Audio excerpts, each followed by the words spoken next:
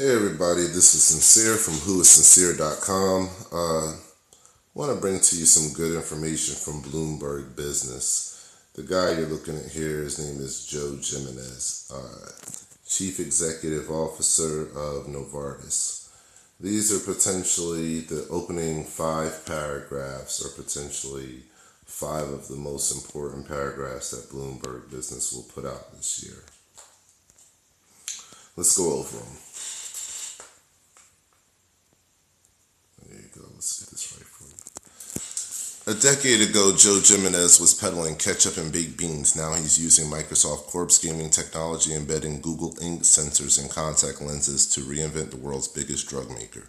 As Novartis AG's chief executive, Jimenez is barreling down untested paths at the frontier of biology and digital technology to prepare for a future in which the use of smartphones and other digital devices to monitor health will be the key to getting paid. Jimenez is also taking an axe to the empire built by his flamboyant predecessor, Daniel Vasella, with a complex asset swap worth more than $30 billion that closed this month. By offloading vaccines and adding cancer drugs, the 55-year-old former competitive swimmer is preparing Novartis for the loss of patents on medicines that make up a fifth of its sales.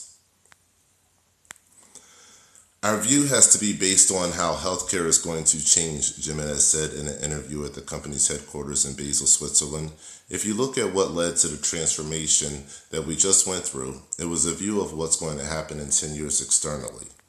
Projects and products include pills and inhalers with sensors that tell on patients who miss a dose. Clinical tests that rely on Microsoft's Kinect, the motion sensing technology used with Xboxes, to measure walking speeds and balance in people with multiple sclerosis, and Google contact lenses that focus automatically and can deduce diabetics' blood sugar levels from their tears, a gamble that Jimenez says could transform eyesight.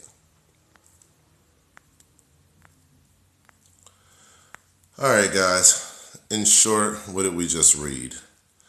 In short, we read that this guy, Joe Jimenez here, he's going to be, they're painting him as some kind of a pioneer. I'd hate to tell you this, he's really no pioneer. This technology is already out there, especially when you talk about the sensors and pills. I've done an extensive YouTube on the company called Proteus. I've done a 2-part series actually on the company called Proteus.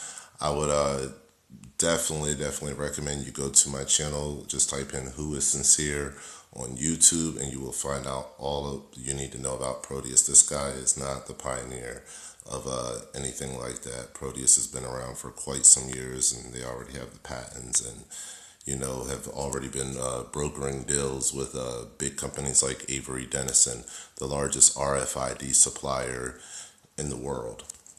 So this guy, he has $100 million invested, I believe, this year in of his money in this venture. But this venture has already been conquered by Proteus. So they're making him out to be some pioneer, though. So let's just go with that. They say he's barreling down untested paths at the frontier, biology and digital technology. To prepare for a future in which the use of smartphones and other digital devices to monitor health will be the key to getting paid. Not true. Proteus has already done it. That's why they have the big contract with Avery Dennison and the big money with Avery Dennison already. Now, this is the most important part that I want you to see right here. $30 billion worth of asset swaps this month, but $30 billion by offloading vaccines and adding cancer drugs.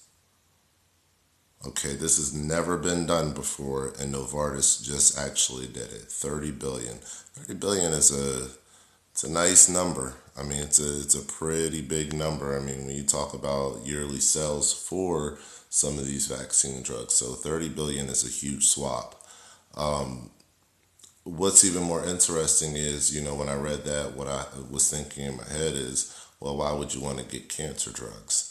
And this is what Jimenez says. Our view has to be based on how healthcare is going to change. If you look at what led to the transformation that we just went through, it was a point of what's going to happen in 10 years externally. Externally probably refers to outside of the company, you know, just outside of their circumstances. So they're preparing for what's going to happen in 10 years. Well, what's going to happen in 10 years where you would initiate a $30 billion swap to upgrade to cancer drugs? What is it that it's, this biotech medical industry giant, what is it that he knows that we don't know?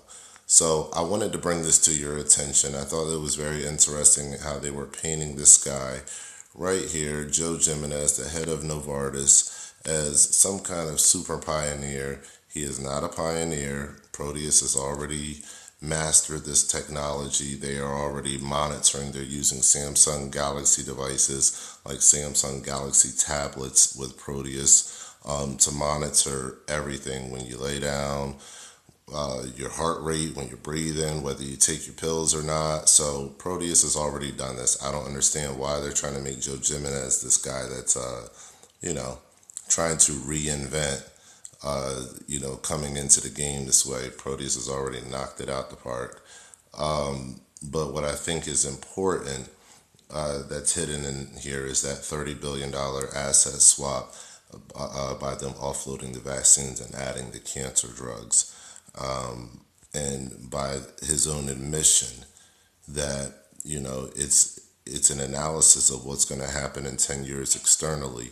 So whenever you have an analysis like that, you normally have a department that helps to take care of those things. And that department is going to let you know, hey, look, this is what we see coming down the pipeline. This is how we should invest our money. That's going to yield the best returns for the company. So they do know something that we don't know. Now you understand that there's something else out there that we need to be keeping an eye on whenever we talk about cancer medications and them being able to understand what's going to happen in 10 years. We have to think about Fukushima. We have to think about the fact that we're on the brink of war. Is it possibly nuclear war? Are we going to be noticing more of a spike in radiation than what is already going on all around the world unreported? So there's a lot of factors that play into this analysis that Novartis was actually able to do that would help them to, benefit financially within the next 10 years. And I think that we need to be mindful of the analysis that they're doing because it's going to affect all of our lives. All right, this is Sincere from whoissincere.com. If you like videos like this that I'll definitely be doing on my YouTube channel, make sure you subscribe. Also, I'm not going to ask you to donate, but I am going to ask you to look at my sponsor list in the description section of these videos. There you'll find offers that I've, found around, just looking around through a company I'm partnered with. And I believe there's some great money-making ideas out there on the internet. I've tried a few of them. I actually make money off a few of them. It's not as hard as you think it is to make money on the internet. It really isn't. There's people out there that will teach you. I know it's hard to see through, through all the cloud and the fog out there that, just so many fake things on the internet. But I've taken the time to put together a good list. Help yourself. You helping yourself also helps me through my partnership with these companies. So thank you very much for viewing this YouTube. Get the information out about Joe Jimenez, Novartis, and their plan for the next 10 years as far as these cancer drugs instead of vaccines. So where the whole industry is talking about vaccines right now and enforced immunizations, one of the big giants just actually said, no, we look at it different. We're going to go cancer drugs and we're going to do a $30 billion swap. So very important information right there. From Snitch Pill to Xbox sensors, Novartis goes digital on Bloomberg Business. This is Sincere. I'm out. Thanks.